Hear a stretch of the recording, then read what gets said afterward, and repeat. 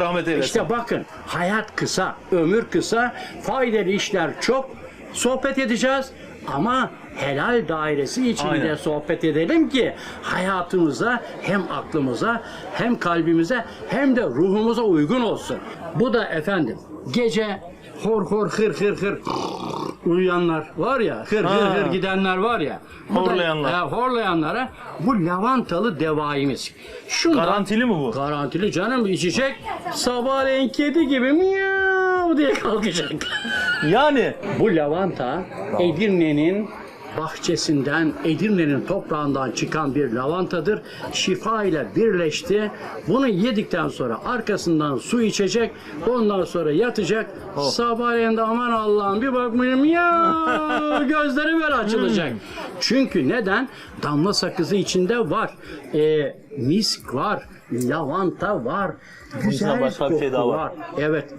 Zencefil, tarçın, karanfil hepsi var içinde. Evet. Ve ondan farklı tadı. evet. Sırada ne var Arif abicim? Ah, sırada neler yok be kardeşim. Bak bu kavala kurabiyesi. Bunu çay ve kahveyle bademli, tereyağlı küçük küçük yaptım ki insanoğlu yorulmasın. Bir tane atacak, çayını içecek.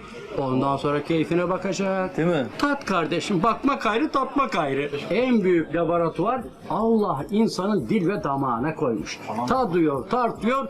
Güzelse içeri, kötüyse at dışarı. At dışarı. İşte bu. Şimdi efendim şu görmüş olduğunuz bademden yaptım ezme. Bakın bizim badem ezmesinde şöyle bir özellik var. Binlerce yıl padişahlar ne yapmışlar biliyor musun? Şu kadarcını almışlar, dil ve damağına yapıştırmışlar. Buyurun efendim şöyle.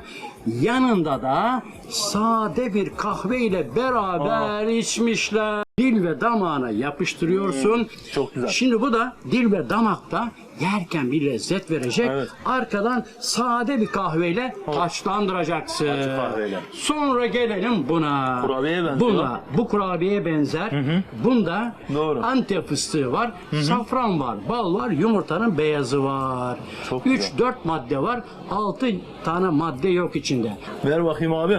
Al abi. Şöyle bir güzel güzel yiyeyim de kameraman Mustafa'nın canı çeksin abi. Ah be Mustafa Bak kardeş. bu nasıl yenir biliyor musun bak? Yavaş, adam şimdi kamerayı düşürecek. Aman iyi tut, iyi tut.